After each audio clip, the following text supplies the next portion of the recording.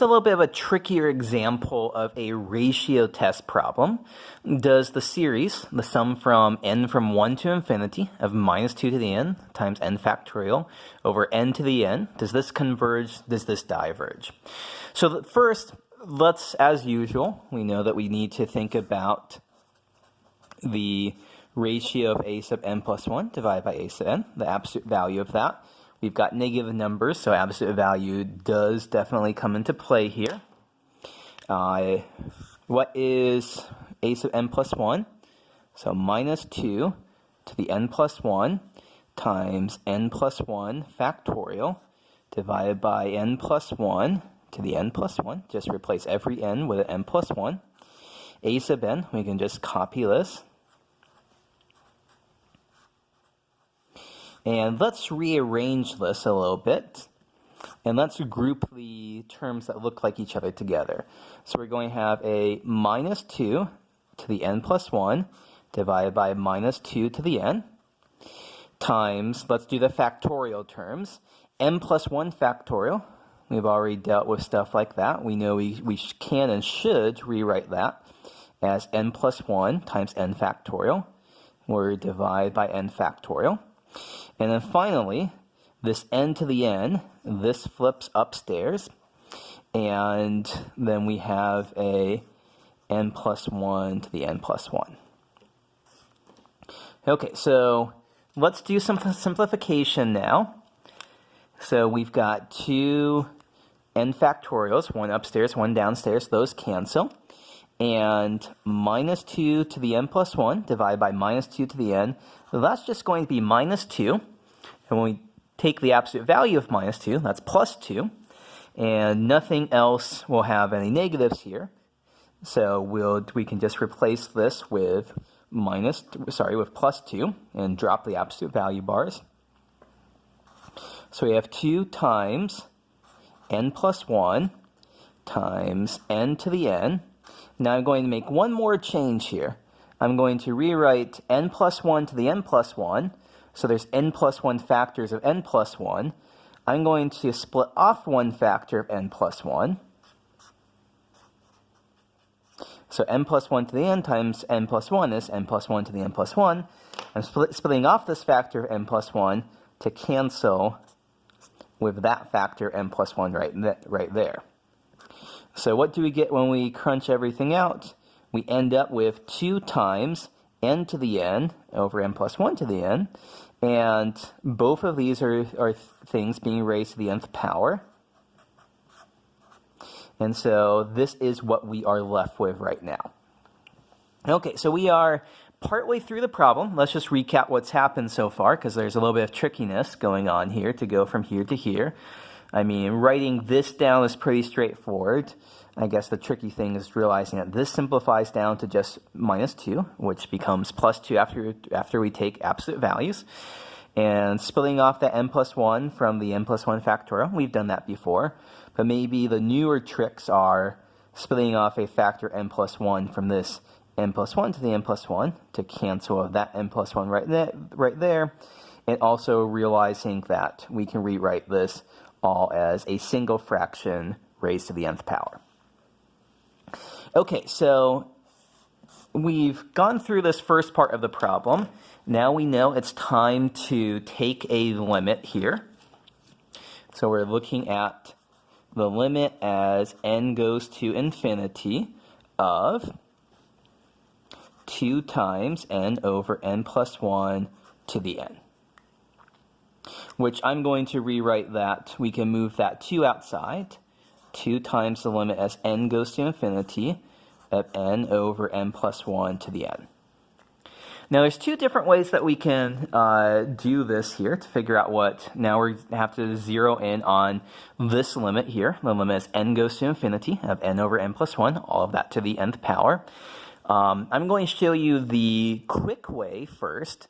But the quick way involves a little bit of insight here. You have to recognize something from the past. And after I show you the quick way, then I'll show you the kind of the longer way that's more a brute force method, but it doesn't require as much memorization. So the thing to realize here is that if we can rewrite this as 2 times 1 over the limit as n goes to infinity of n plus 1 over n to the n. So we're taking the reciprocal of this fraction here, and so end up like this. And so this is 2 times 1 over the limit as n goes to infinity of, we can rewrite n plus 1 over n as 1 plus 1 over n to the n. And this is something that this should look familiar from Calc 1. You should know that this is one of the definitions of E here. E being 2.718 dot dot dot. So this is going to be 2 over E. So this is the quick way, is to rewrite this as this form and then pull this fact out of your memory. The limit as n goes to infinity of 1 plus 1 over n to the n is equal to E. Of course, we would have previously had this limit as x goes to infinity of 1 plus 1 over x to the x is equal to E. Okay, so that is the quick way to do it. Let me kind of show the from scratch version of this. If you're unsure of how to, let's just call L the limit as, I'm going to replace n with x here to be a little bit more what we're used to in Calc 1 language. Limit as x goes to infinity of x over x plus 1 to the x. So we realize as x goes to infinity, this fraction gets close to 1. We basically have a 1 to the infinity indeterminate form. So we want to use L'Hopital's rule, but before we can use L'Hopital's rule, we have to manipulate it to get into a form that we can use L'Hopital's rule on. And in order to do it, we have to take natural log of both sides. That's what we should know to do when we have a 1 to the infinity indeterminate form. So natural log of L is equal to natural log of this limit. But something that we should know is that we can interchange natural log and the limit, because natural log is a continuous function. And then the reason we're taking natural log here is that this x exponent is going to come down in front. That's the whole reason that taking natural log here is a useful operation. Okay, so now we have a infinity times 0. As x goes to infinity, x over x plus 1 goes to 1. Natural log of 1 is 0. So we have an infinity times 0 indeterminate form. And so the thing that we're going to do now is we're going to rewrite it, our 0 times infinity, or infinity times 0 indeterminate form, as natural log of x minus natural log of x plus 1 divided by 1 over x. So what I did here, I moved multiplying by x is the same thing as divided by 1 over x, and I rewrote natural log of x divided by x plus 1 as natural log x minus natural log x plus 1. Okay, so now we can use L'Hopital.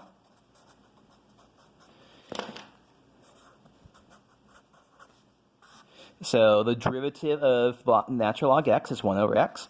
The derivative of natural log of x plus 1 is 1 over x plus 1. The derivative of 1 over x is minus 1 over x squared.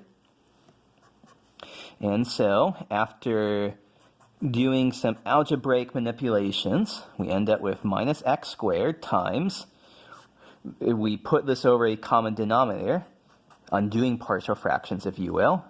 We end up with 1 over x times x plus 1. Cancel, minus x over x plus 1. The limit as x goes to infinity of that is going to be minus 1. So what's equal to minus 1? Chase all the way back here. Natural log of L is equal to minus 1. And so that means L is equal to 1 over E. Okay, so to finish off everything here, what were we calculating? L was this limit here. The limit that we were concerned with is 2 times that limit. So rho is equal to 2 times 1 over e. Okay, so let's pull out our ratio test one more time. So rho is, we calculated this limit, it took us a long time, but we got to it's 2 over e. And so the question is rho greater than 1? Is rho less than 1? And e is equal to 2.718 dot dot dot. So 2 over e. E is bigger than 2, so this is less than 1. So we are in this first case. So the original series, which is the sum from 1 to infinity, minus 2 to the n, times n factorial, over n to the n, it converges. And not only does it converge, but it converges absolutely. So there's a lot going on in this problem. I would encourage you to make careful study of this, and if you're rusty on doing these kind of calculations, you might want to go back and review that from Calculus 1.